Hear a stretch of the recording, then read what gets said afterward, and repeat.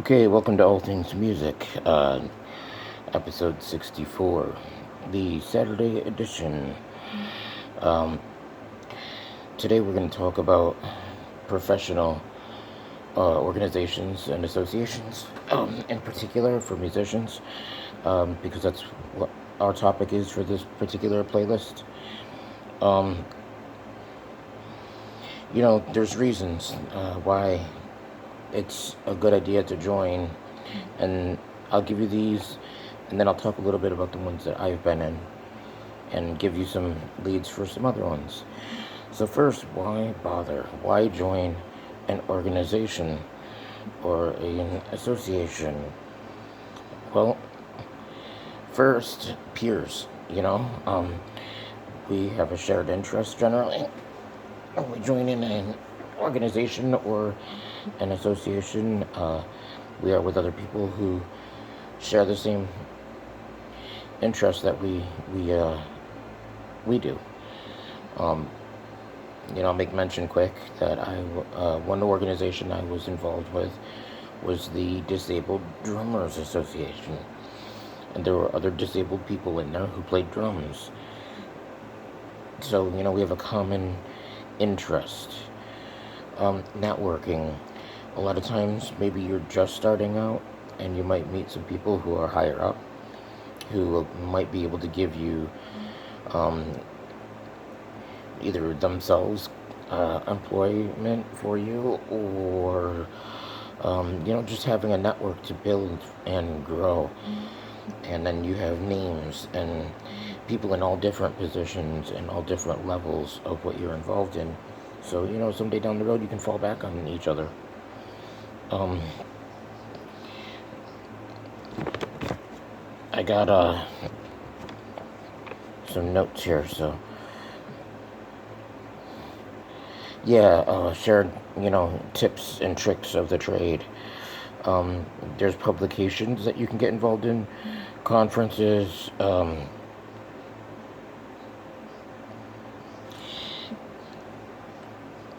You can start groups within your organization.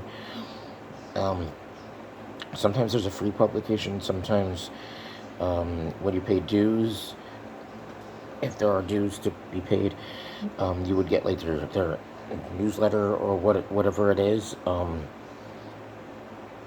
And all this can and grows, and you learn from each other, and you lead other people. You teach other people things that you've figured out along the way. And so we help each other out, and it builds our career enhancement.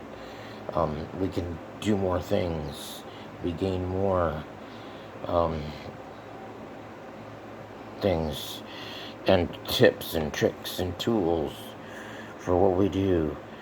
I also found that by being involved in these groups, even though the group itself might be broad and it might include all kinds of things within a certain interest, um, I noticed that I was able to hone down. And when I when I was in my um, college years, I majored in social work. Um, and there's a lot of different things you can do in social work. But I was always interested in counseling, counseling individuals, families, small groups, couples especially. I love working with adolescents and couples. Um, and I do it, my background is in addictions and things like that. But anyway, um, so I learned that, yeah, well, there's all levels and different kinds of social work. I've found um, micro level social work, which deals with such things as the counseling aspect. And, that could be within an organization or private practice, which is the route that I went. Um, so you find exactly, you can narrow it down by hearing what other people do and their experiences, and you can say, just to fine tune it down to a specific aspect of what you are interested in. And then you can really give that aspect your all. Um, one last thing, number 5 would be being a part of all these, and if you've been to college, you would know that when you get ready to graduate, they say that you should, and even high school, going into college, they say that it's good to be a part of some kind of clubs or associations, organizations, because it looks good on a resume, you know. Um, it only adds to whatever you're doing or seeking to do. I wrote down, and let me see if I can read my writing today. Uh, I wrote down a few just to give you guys a few tips. There's the American Federation of Musicians, um, the American Association of Independent uh, Musicians. There's the Americana Music Association, and the American Society of Composers, Authors, and Publishers, which we know as ASCAP. Um, but there's a lot of things that you can do within these, and then there's state and the local, and you can go on and find for just about anything. Going back to, like I said, some of the groups that I've been involved with, music specific.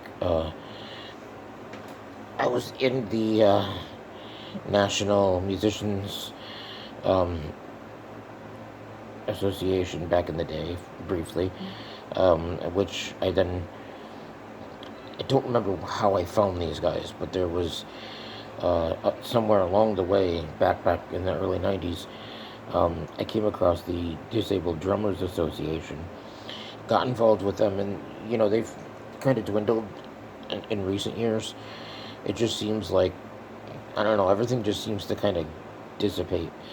Um, I got to be pretty close to the people that the founder, the president, and his wife, and they were kind of doing a lot of things just out of dues, but putting their own money in, and money is definitely scarce these days. So I'm hoping that they're still around, but I haven't really heard much from them online anyway. So I'm gonna have to get in touch and see what's going on. Anyway, um, but they would put out a newsletter every month, and they had asked for me to write some articles for it, which I did in the early 90s, late 90s, kind of updating on these are the things that I'm learning in my experience with drumming. Um, the way that I set up my bass pedals for double bass, and then I had a cable hi-hat. And somehow I'm going to get a picture to put up on here so you guys can see. But I have very limited range of motion in my hips. My snare drum, rather than sitting between my knees, generally sits just to the left of my left leg, and it actually touches it. So I play like that because I can't. So, there's different tricks that I've learned over the years, and I was able to share that with other people who maybe had a hard time like I did early on. It took me a while to figure out how to play um, as conventionally as possible, but working within my limitations. So, but yeah, I was able to do that. I wrote for them. I got to be friends with them. They would have a section where people would donate equipment to each other. Hey, I've got an extra cymbal stand. I noticed you needed one. You have some extra sticks. I need some more sticks. Whatever it is, we would swap cymbals, drums, bags, sheet music books, whatever it was, videos. We just shared, and we had like a co-op there, which is pretty cool. But at the end of the day, and we even shared music. We were able to send music to each other and post it online and encourage each other. Um, so I really enjoyed doing that, and then I started teaching drum lessons, private lessons, and in my last video I mentioned that I had a student that was 8 years old, but he was too hyper yet um, to sit and focus on drums and to do the homework and things like that. And his sister, who was just a few years older than him.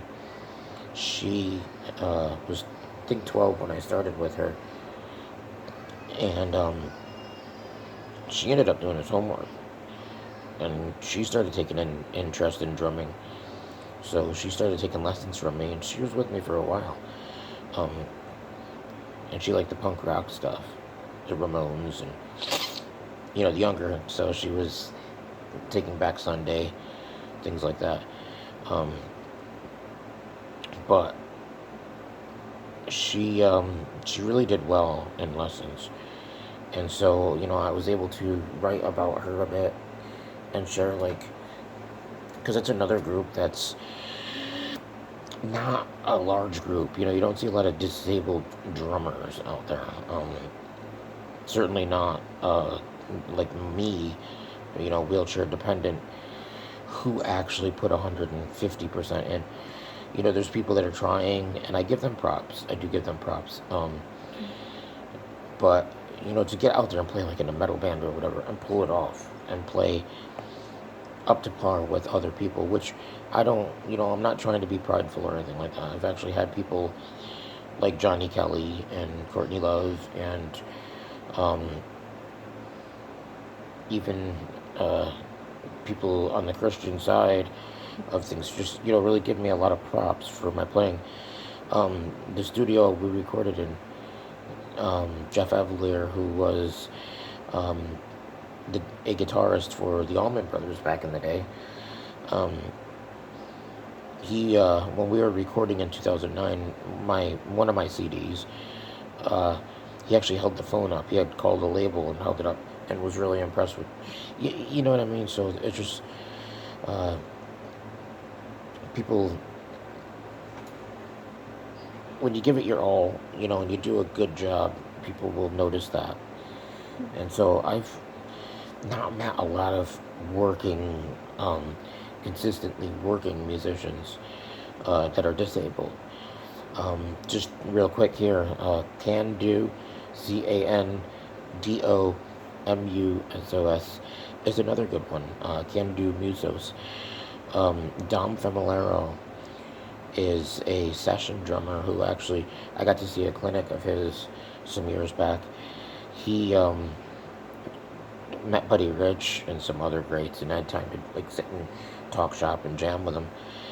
But he started this thing for people who have disabilities that are musicians, and it's not just drums; it's all types of things, guitar or bass or piano or vocals or whatever it is that you do. So there's different things that you can get involved with, and they're out there. If you just go online and just type in professional organizations for musicians, you can find a ton of them. But I encourage and recommend that you do get involved with them. You meet other people. These days, with everything being online, you can even find, and this could be number 6, find people to collaborate with. Maybe you'll find a guitarist that can throw guitar parts in for your original music. Or if you need drums or whatever it is, you find other people that you can work with. So that's really cool. And I would definitely recommend that you find something to get involved with one of those kind of groups. Because it really does have a lot of benefits, as we discussed. So thank you guys for watching. As always, if you have not subscribed yet, please click that button below and subscribe. I think it's below. I'm seeing, in my daily statistics or weekly, whenever I check it, that I'm getting about 80% of people watching my videos and coming to my channel but are not subscribing. Please subscribe, because it's really going to help my numbers, and in turn it'll help me to be able to do more live streams. I was doing those before YouTube put the restrictions on that you have to have so many subscribers. So if I can get to 1,000 subscribers, then I can start doing those again. I would do special ones. I would do giveaways, interviews, all kinds of things. So definitely subscribe if you haven't. Click like on this video if you really liked it and think other people could benefit from it, or any of the videos. And I encourage you to share them around. anything that'll help me to build my network here and my channel. I am very grateful to all of you who watch, um, and I hope you keep watching. I've got a lot of good ideas coming up, good topics. As always, this I drop all things music every Saturday and Wednesday at 1 o'clock, 2 o'clock on every Saturday and Wednesday. I also put on a bass playthrough. So if you go to my bass playthroughs um, playlist, you'll see we're up to something like 115, 116, and just started those in January when I started this particular endeavor to do weekly posting. And uh, I don't know if this is considered a vlog or what, but so yeah, I mean, I'm always adding, and you get a new song every time I put one of these on. So, and then I add songs at random, and I take requests, and I can teach how to play songs if you want something, breaking the song down more. So yeah, um, but definitely check out 2 o'clock after this is over. Um, a new song is coming up. And then just share any songs, any videos that you like, subscribe, um, click the bell so you know when I'm adding all kinds of different things. I have my set days and times. I've got a couple playlists for my theology, teaching, and discussions. And you can check those out too, Sword and Spirit and Reflection of the Day. So in closing, definitely join an organization. Find one that you can get into and feel at home in, and then just really soak it up, because I mean, you can get so much. You can meet new people that you can talk shop with. Um, if you are in a job that you love or a career that you love, um, or just being a drummer, for example, you can find other people to talk to, and you just really psych each other up, because it's just so awesome to talk to people that have the same interest and the same level of interest as you do in that. So, God bless you guys. As always, thanks for watching. Have a great rest of your weekend, and I'll be back on Wednesday um, for another All Things Music. And like I said, if you're interested, tomorrow on Sundays, 8 a.m., I have a weekly sermon, teaching, whatever you want to call it. Um, I call it a sermon. Uh, but yeah, whatever you want to call it. I have one of those every week at 8 o'clock in the morning in the Sword and Spirit playlist. And then I also have every morning at 8 o'clock, um, I do a reflection for today. And it's just a short video with a Bible verse and something to think on for the day, and hopefully to encourage and build you up. So, God bless you guys. Thanks again for watching, and I will be back.